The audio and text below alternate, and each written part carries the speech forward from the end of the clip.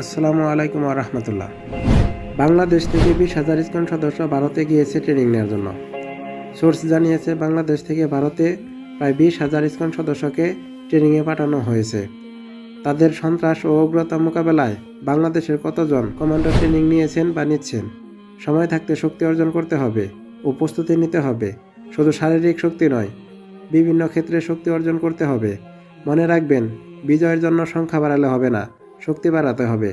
একটা প্রশ্ন করি, পৃথিবীর দুইজন মুজাহিদের মধ্যে যোগাযোগ ও কথা বলার জন্য, অব্যাহত দিক নির্দেশনা আদান প্রদানের জন্য কোন নেটওয়ার্ক আছে বা মাধ্যম আছে, যেই মাধ্যমে দূরবর্তী অবস্থানের দুইজন কথা বললে ইহুদি, নাসারা, মুশরিক সহ সকল কাফের মুরতাদ কোনোভাবেই তাদের কথা, লেখা, ট্রেকিং, চেকিং, হ্যাকিং করতে পারবে না, রেড করে মুজাহিদদের সকল পরিকল্পনা বানচাল করতে পারবে না, তাদের অবস্থান শনাক্ত করতে পারবে না, তাদের দাওয়া করে ধরতে পারবে না, তাদের নেটওয়ার্কের সবাইকে শনাক্ত করে ফেলে ধীরে ধীরে কবজা করতে পারবে না।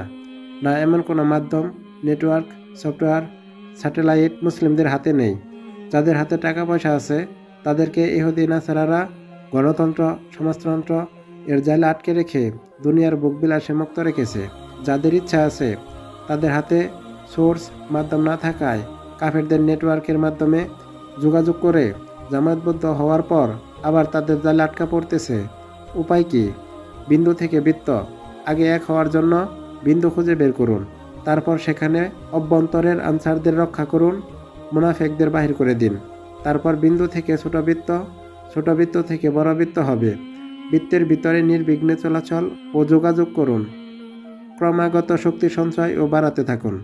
তারপর এক সময় ঢাকা বিজয়ের চিন্তা করুন।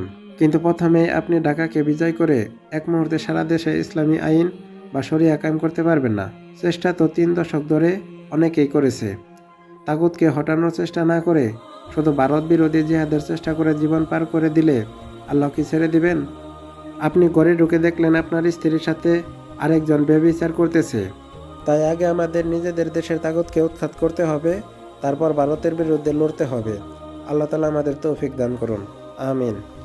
প্রিয় বন্ধুরা, আপনারা ইসলামী মিডিয়াকে শক্তিশালী করার জন্য এই চ্যানেলটি সাবস্ক্রাইব করেন এবং দাওয়াতি কাজে সহযোগিতা করার জন্য ভিডিওটা আপনার বন্ধুদের কাছে শেয়ার করে দিন।